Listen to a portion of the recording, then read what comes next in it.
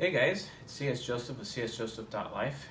Tonight we are going to be doing the first in our compatibility series. What is the social compatibility of the ESTJ, or which types are socially compatible with the ESTJ?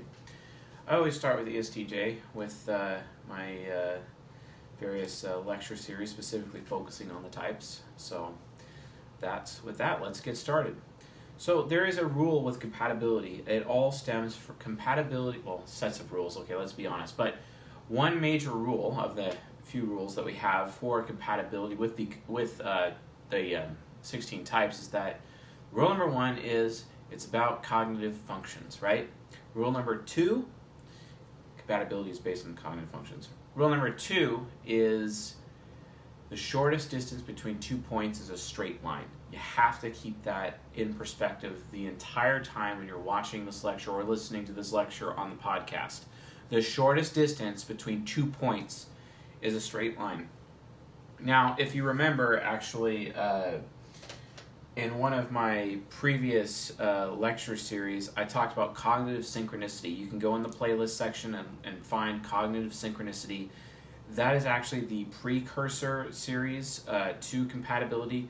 I highly recommend for you to get an even more understanding of social compatibility, that you really spend time watching cognitive synchronicity, because with cognitive synchronicity you will be able to kind of get an idea of what I mean when I say the shortest distance between 2 points is a straight line. It really comes down to the cognitive functions. So if you ever played Nintendo and played a game called Pac-Man, or perhaps Pac-Man was on arcade at the local pizza joint when you were growing up, like it was for me, among other pretty cool games, let's be honest. Pac-Man has this thing where, Pac-Man's going around chomping down things, right? Okay, well, that's basically how the cognitive functions work. The shortest distance between 2 points in a straight line. The 2 points I'm talking about is one cognitive function and another cognitive function. And it starts with either an introverted cognitive function or an extroverted cognitive function, but it all is about the extroverted cognitive function trying to consume the introverted cognitive function. This is where we get the concept of synchronicity or cognitive synchronicity. So please go to that playlist, watch, listen, learn about cognitive synchronicity so you have a better idea of how compatibility works before you start this lecture series. Otherwise, let's get started and let's talk about the ESTJ being compatible. So before we actually start talking about cognitive functions, let's talk about the temperaments and how, well, it's not really necessarily the temperaments. Actually, there was a diagram made by the MBTI years and years ago, and it wasn't temperaments, but it's what they believed, types were kind of like each other. So they put all the INTs together, they put all the INs together, and they put all the ENs together, and then they put all the ESs together, and the ISs together, and they made this grid out of it, right? Well, I mean, that grid doesn't really mean anything, except kind of with compatibility, just a little bit, and I'll explain why. So when you're actually going to determine the compatibility of a type, and we're going to start with the ESTJ tonight, let's check out right here, SP, NJ, SJ, and P. Functionally speaking, an ESTJ in general, because remember, this is all about social compatibility, and also remember, with compatibility, we're talking about what's natural. We're focusing on human nature. We're just focusing in Jungian analytical psychology terms. We are not talking about nurture-based compatibility with these lectures. We'll get to that later. Also, understand, when I'm talking social compatibility, don't even start thinking about sexuality or intimacy. That is a completely different 2 lecture series that I am going to be doing in the future. And don't think about working compatibility either. Like when you have a job and you have relationships with people at your work, etc., career-based stuff, or even if you're an entrepreneur or a boss or whatever. And also parental as well, it's a completely different set. Those compatibilities, again, entirely different lecture series. And we're focusing on natural. So why social compatibility? Social compatibility literally is just another fancy way of saying general. I mean, this is in general. This is the main ballpark. This is the average. This is average compatibility distributed across all the types per type. And the first point of reference we're going to use is one of the 16 types, and then just show you how they're compared to everybody else. That's it. So just remember, we're going to be focusing on one type, natural compatibility, and we're not going to be talking about nurture, and we're not talking about sexuality here. This is just average compatibility. We're not talking about working or parenting or these other types of relationships. Because remember, you have face-to-face relationships and shoulder-to-shoulder relationships. And like, for example, sexuality is a face-to-face relationship. Social compatibility or general compatibility is all of that kind of averaged together over a weighted average through this algorithm that I'm going to show you. At least the basic components of the algorithm. I'm not going to spell out the algorithm for you. Sorry, I'm not going to do that. But I'm going to bring up the basic components of said algorithm, and you'll understand why the way it is set up with compatibility for these types during social compatibility is more based on an average, right? So this is average compatibility for each of the types, and we're going to start with the ESTJ. So, natural, social compatible. Now, ESTJs are compatible with SPs first, NJs second, SJs third, and NPs last. Okay, that would make sense because the INFP is the the subconscious of the ESTJ, right? So it's like polar opposites, right? Well, okay, that's really bird's eye view when we're looking at just like SPs, NJs, SJs, NPs, etc. It's a very bird's eye view, but it is a nice ballpark point to just kind of understand how generally compatible, ESTJs are with the other types, right? Well, it goes beyond that. So, to go in a little bit deeper, then you start looking at it this way. ESTJs are very compatible with STPs, and then they're secondly compatible with NFJs. Okay, now notice how we went from SP to NJ all of a sudden, and yet there's still another SP here, okay? The reason why is compatibility works like this. Almost with any other way with cognitive functions, you have primary and secondary, dominant and auxiliary. I'm not going to say that. Sorry, I'm just going to say primary and secondary. It makes more sense to me, right? It'd be like, ooh, I'm NI-DOM, so I'm super mega special and I can see into the future. No, you can't. You can see into your future, just not anyone else's. Sorry, bro. Anyway, the point is that primary and secondary. So this will be a primary, this will be, secondary, primary, secondary, primary, secondary, primary, secondary. It makes sense in that way if you follow it this way. However, just because NFJs are a secondary relationship, they're still highly compatible. And if you wanted to know what are all the 16 types ranked together from 1 to 16 in compatibility mode with ESTJ, well, here's the freaking list right here. Here's the list. Highest compatibility being the ISTP. Lowest compatibility being the ESTJ itself, obviously, because why would you, want to, they're basically like your brother, right? Or your sister, right? When you're with someone, with another person of your own type, and then it could turn into a competition to see who's the better ESTJ. Really. Who would really want to have that? I know I don't. I know fellow ENTPs, they're either super cringe, or they're super insincere, or they're too sincere, or they're just triggering me all the time, and it's okay, yeah, I have a really hard time being around fellow ENTPs, and I can imagine in any situation, people have a lot of difficult times being, around or near or in relationships with or friendships with basically, their own type. Social compatibility, remember, natural compatibility, social compatibility, average compatibility, general compatibility, the compatibility for friendship, that's what I'm talking about, friendships here. So, friendship-wise, do you really need to have another ESTJ as your friend? If you're an ESTJ? Not really. Oh, but Mr. Joseph, I'm an ESTJ and I'm in a relationship with another ESTJ. No, you're not. One of you is mistyped. Let's be honest. One of you is mistyped. No, you're not. No, move on. That's not how it works. Sorry. I get that's probably what your test results tell you, but we have this thing called How to Type Yourself and Others. That's this playlist on this channel. Please do us a favor and watch that so you can stop walking around thinking that it's okay for the same type to be in a relationship with another of the same type, because that's really ridiculous. And I'll prove it to you if you continue watching. So, this is it. So, when you're wanting to have friendships with people, I highly recommend that you really stick to the top 6. The top 6 is the golden area. It's very nice, and even more so, the top 4. It's even more nice for ESTJs. You got the ISTPs, you got the ESTPs, you got INFJs, you have ENFJs. I'll explain that in a minute. And then you have more SPs down here, because who doesn't like SPs if you're like an ESTJ? Because artisans are awesome, right? They're very creative. They give you good experience. You know what I mean? And then you have neutral compatibility. This is very neutral. It's kind of like, oh, an INTJ. Okay, he's useful. He's not being an ass to me. Move on, you know. Or an ENTJ. Oh yeah, he's in charge like I am. We're the same interaction style. He totally gets me in that way. I could definitely work with that guy, or I could definitely be his friend. But it's kind of more like on the surface. You know what I mean?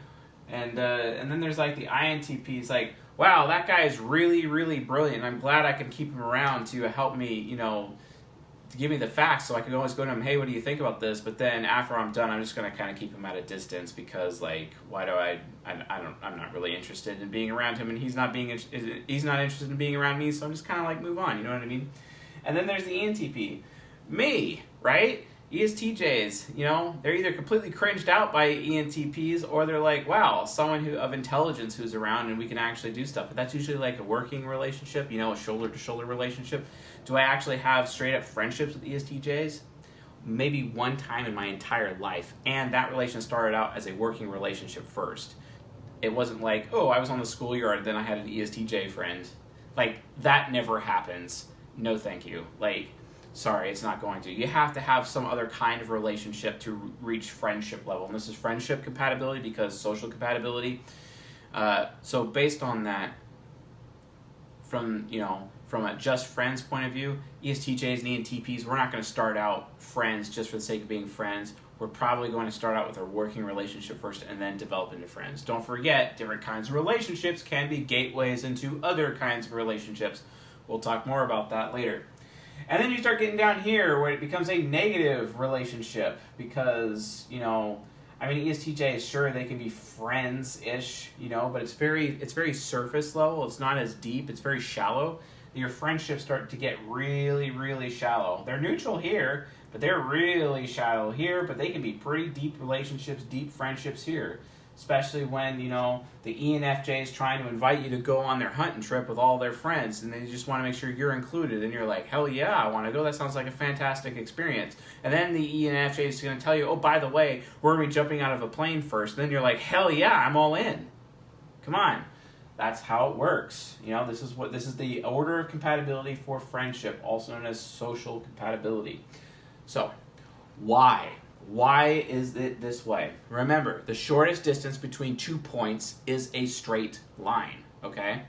And now, I understand that this audience will start asking me to do specific type relationships with, tell me about the relationship between an ESTJ and an ISTP, and please do a video on that.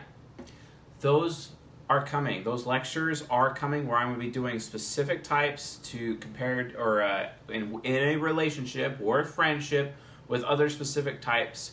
It is on the schedule, but that is way down the road. We have to get through the basics of compatibility first at a high level before we do the deep dive on the specific types. Because think about that. That's 16 times 16 worth of lectures. Okay, like you folks gotta understand that I have years and years worth of content for this channel planned. It's going to take a long time to get through it, but don't worry, I certainly intend to, because I want to have every single iota of this science completely analyzed and provided to you here on YouTube and on the podcast, so that you can know everything there is to know about psychology. Because, I mean, if you don't, then the world's not going to change, and it's going to continue to suck for all of us. So let's not do that.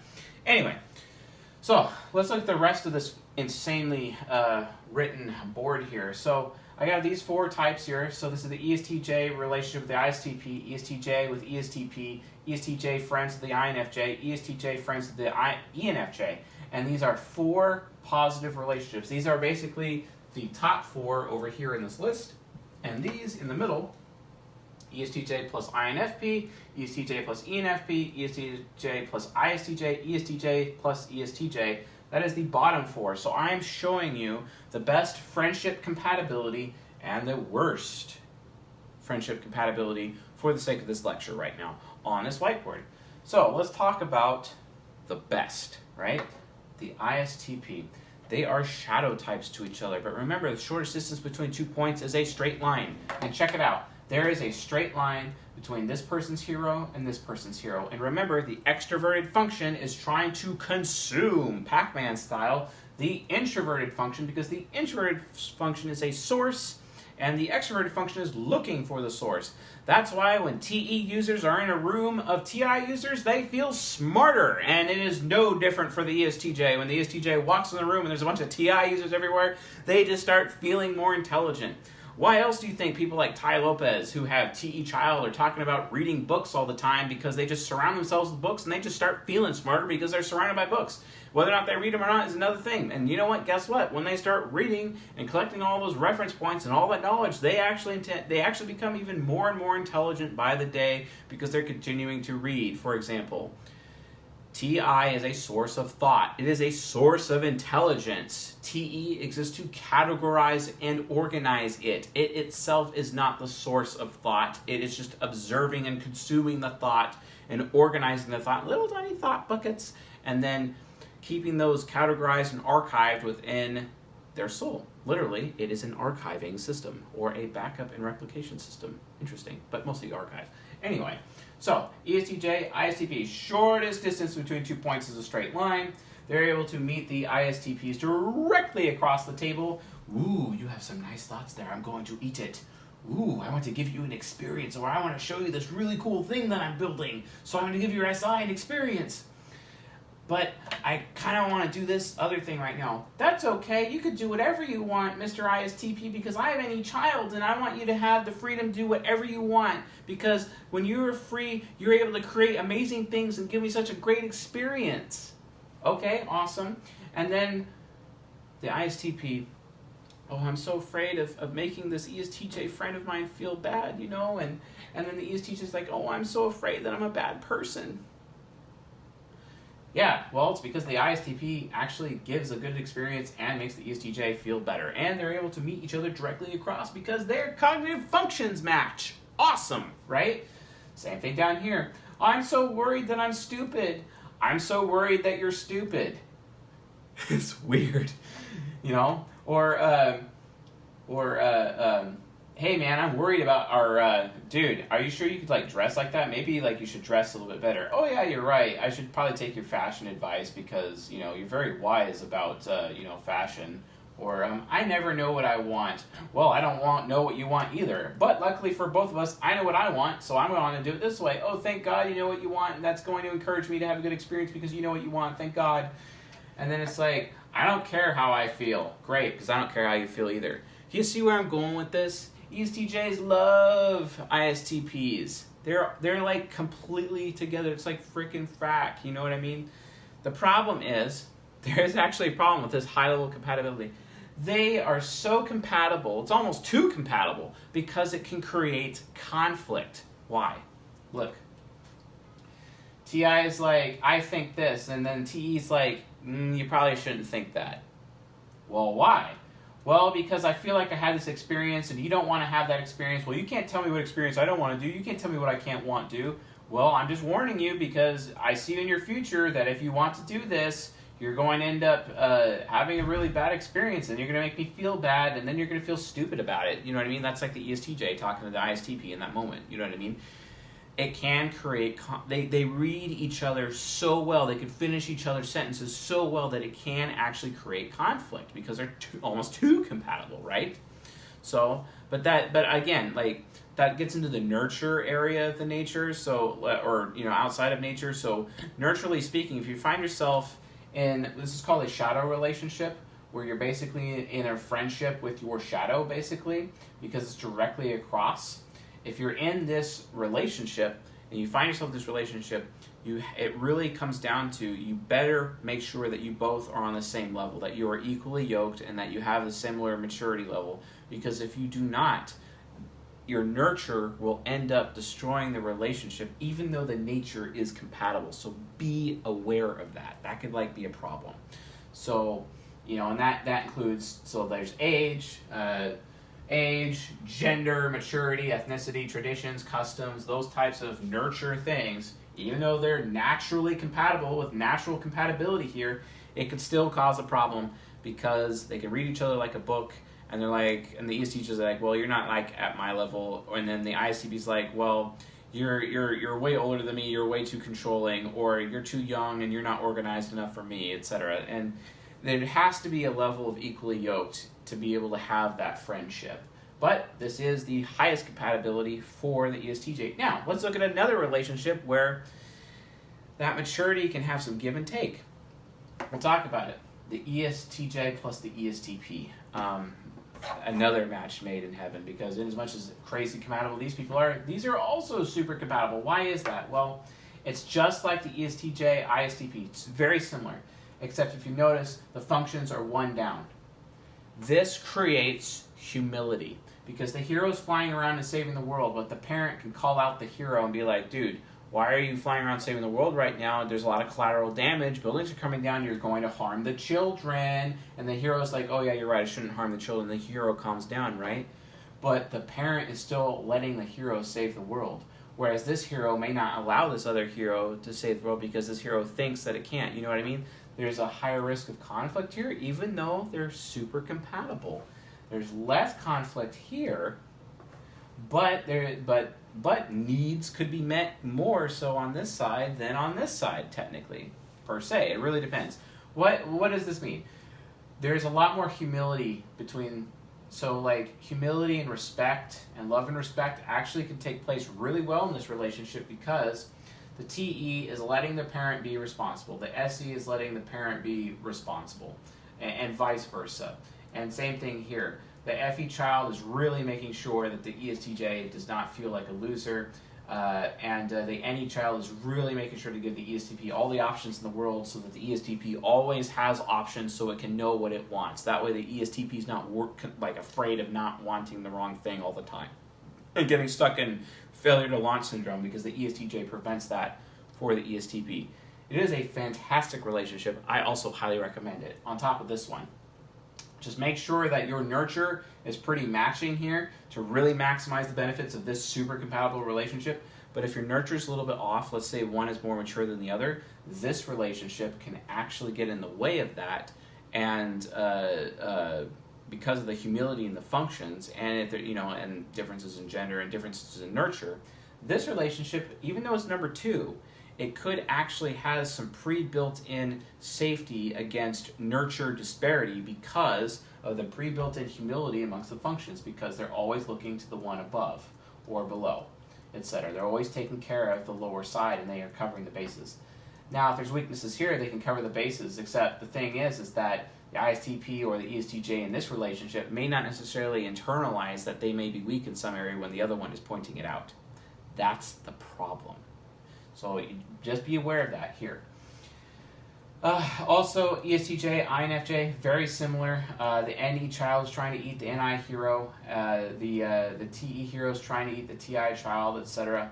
But again, it's the same premise. And of course, the ESTJ, ENFJ, same thing. Now, if you notice something, I put a little line here in between these. This is the ego, this is the shadow. This is the ego, this is the shadow. This is the ego, this is the shadow. This is the ego, this is the shadow, okay? Top to bottom, right? Well, you have the top 4 functions and the top below functions. If you notice something, for these incompatible relationships, they're crossing that barrier. That's horrible. That causes traffic jams of data going across, because our minds are like radios. You remember watching that lecture or listening to that lecture when I was talking about the cognitive spectra, right? Because our heads are literally radios and whatnot. Well, those radios, they're not having as much interference, right? Because everything is staying within the ego and everything is staying within the shadow. And it is very important to maintain this kind of relationship with people for highest compatibility, because it means everything that the shadow needs to function is provided by the other person's shadow. Everything the ego needs to function is provided for the shadow. Okay, but Mr. Joseph, you haven't talked about the subconscious or the superego either. Glad you mentioned that. Now, automatically speaking, because you have everything matching up, or at least supporting each other within these sides of the mind, the ego and the shadow, you can automatically assume that they do so in the subconscious and the superego by default. So you don't have to worry about it. Everything is handled here automatically. So that is generally how compatibility works for positive compatibility for the ESTJ and the SCPs and the NFJs. Just doing the top 4 because I could talk forever going down this huge ass list, and I'm not going to do it. So, but over here you can see all of the functions' needs are being met by other functions inside the ego or the shadow, respectively. By the other person in the friendship, right? In this socially compatible relationship, friendship compatibility, right? So there it is. And all the bases are being covered. It's just that if you notice, why are these relationships better than these relationships down here? Why is the ESTJ plus ISTP, why is the ESTJ plus ESTP better than the ESTJ plus the INFJ, ESTJ plus ENFJ? Distance. Remember, the shortest distance between 2 points is a straight line.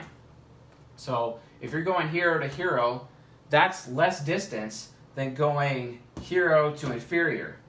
You see what I'm saying? Hero to inferior, there's a longer distance to travel that the mind has to do, and it costs more mental energy to keep that relationship up. That's the point. The more mental energy it costs to have a relationship or a friendship with somebody, the more chances and higher chance there is of conflict, and sometimes you're not able to meet their mental needs, and that can cause the relationship to fall apart in the long run, or it can cause cognitive dissonance at a minimum, right? That's a problem. So to avoid that, you want to, when you're having your friends, you want to make sure that your functions are able to meet your needs. Yes, I know ESTJs can have relationships with any of the 16 types, and yes, there's different kinds of relationships. I'm just talking about deep, compatible, deep friendships. I'm not talking about neutral. I'm not talking about, shallow acquaintance-based relationships, which is usually when you get down to the more negative-based relationships, because this is very positive, right? So let's talk about what's very negative and why. Okay, so ESTJ, INFP, polar opposites, right? Technically, yeah, absolutely. Look at how far TE has to travel to TI. So you have a hero function trying to make contact with a demon. Oh, and by the way, it has to cross the ego to shadow barrier on top of it, which is a lot of interference in the middle because all the other functions are also competing. You have another hero going to a demon, and you have a parent going to a trickster, and you have a child going to a critic, and a critic an old man trying to eat the child. Okay, that's healthy, you know what I mean? And then you have the inferior function trying to reach the nemesis. It's just a huge amount of distance. It causes traffic jams mentally. It costs a lot of mental energy for both of these types to remotely even connect with each other. Okay, seriously guys, it should be pretty obvious how this works by now. The human mind are puzzle pieces, right? And because they are puzzle pieces, sometimes puzzle pieces don't fit together. Yeah, that's what's happening here. See? These puzzle pieces don't fit together. These do. These puzzle pieces fit together just fine. And you know what? Some of these puzzle pieces fit better together than others. But that's okay. But this is a shit show. Like, I mean, seriously, come on. So much distance has to be traveled, and there's a lot of interference in the center. And it doesn't even get any better with the ESTJ and the ENFP. The cognitive functions have to go even further, and the TE hero is trying to reach TI trickster. So the ESTJ is walking around believing the ENFP is literally the stupidest human being that he's ever met. Because it's like, wow, do you even have your own thoughts? You're always talking about what everyone else thinks. You never talk about what you think. So the ESTJ is literally walking around believing that the ENFP literally is completely without thought, only amusing, because technically amusing means without thought. You know what I mean? And because they're without thought, it's like, yeah, I don't think I could be in a relationship with you because if you're not intelligent and you're not able to make me feel smart about myself and you're looking to me to make you feel smart, yeah, no, that's not gonna work for me, and because that's a lot of mental energy, I just need to move on from you, bro. We can't have a relationship. We can't even be friends. Go away. Like, ESTJs just look at ENFPs, it's like, wow, that's a really dumb used car salesman who's just going to, be a slime ball and be all super depraved and take advantage of me by default. They're already going to believe that because they're like, wow, this guy doesn't even know what he's doing. He's just pretending to know everything, even though he doesn't actually know anything at all. That's because TE Hero cannot make contact with the black hole that is a TI trickster. It's just not going to work. Same thing with the ENFP. It's like, wow, the ESTJ is literally the most indecisive human being I've ever met because the ESTJ does not make any decisions. It's like because the ESTJ never knows what they want. They'll make decisions based on what they should do and their duty, and how comfortable they are. But the ENFP is trying to sell them on something, trying to get them to want something, right? But the ESTJ doesn't allow themselves to want. So then the ESTJ automatically assumes they're being manipulated, and it's like, okay, yeah, bro, whatever. And then they just walk off and no deal actually takes place, right? That's because there's just no compatibility here. Because again, the cognitive functions are breaking the ego shadow barrier here, and they are competing, and there's traffic jams, and it's just not going to work at all. Same thing with ISTJs. Fellow STJs, same thing, even more. Except this time there's like two major points of attrition, whereas there's like one major point of attrition here, and then like kind of a larger one, but it's not as jammed.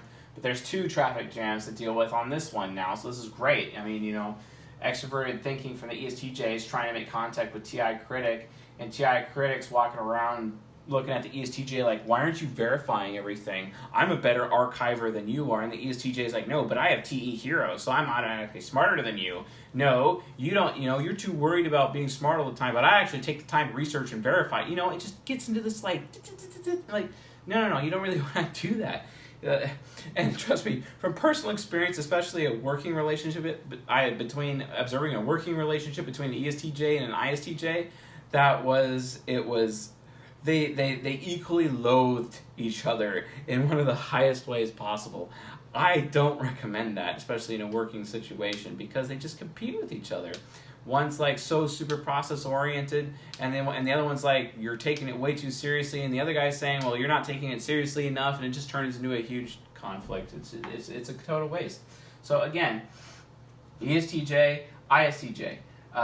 There's just no compatibility here, and you got two traffic jams this time. Well, technically four if you actually look at it closer, and then NE is trying to eat NI, and the ISTJ is afraid of the ESTJ because the ISTJ has like no idea what the ESTJ is going to do. It's completely unpredictable because the ISTJ is looking for the ESTJ to want something, but the ESTJ doesn't want anything, and so the ISTJ ends up becoming worried that person is not going to be loyal and then cause a problem and not do their duty because they have no idea what they want, and then the ISTJ just doesn't know how to behave around the ESTJ, especially when one has authority over the other. It just explodes in everyone's face.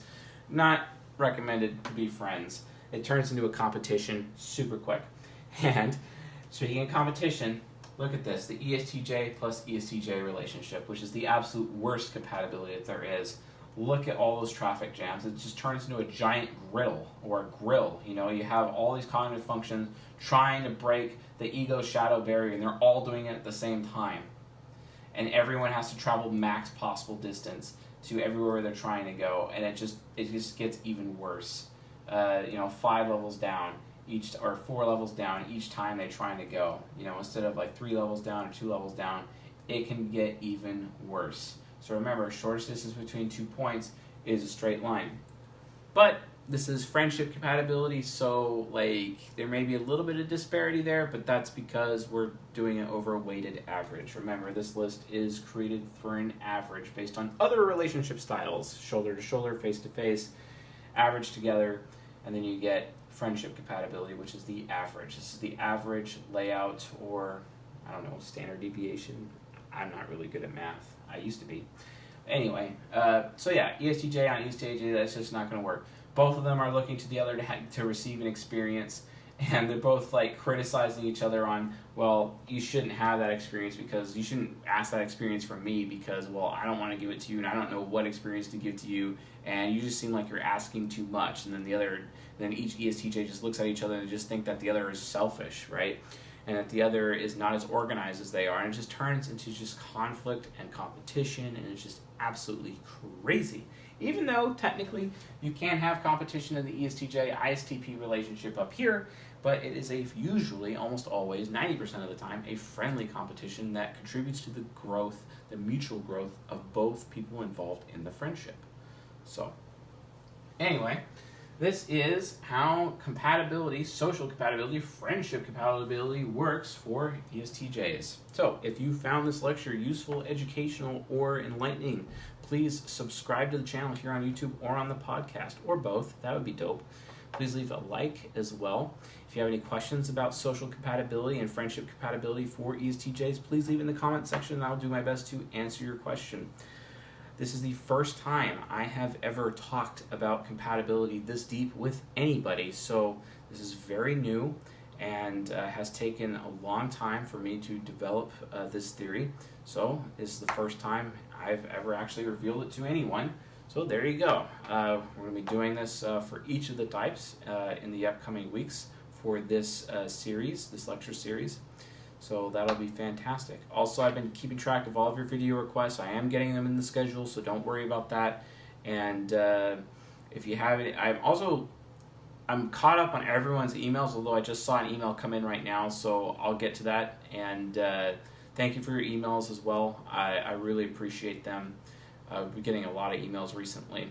And also keep the comments going. I've been reading all of the comments as well. So, awesome. Well, I'll see you guys either tonight or tomorrow for the next video, probably in social compatibility, or I might do a type comparison. We'll find out. So, see you then.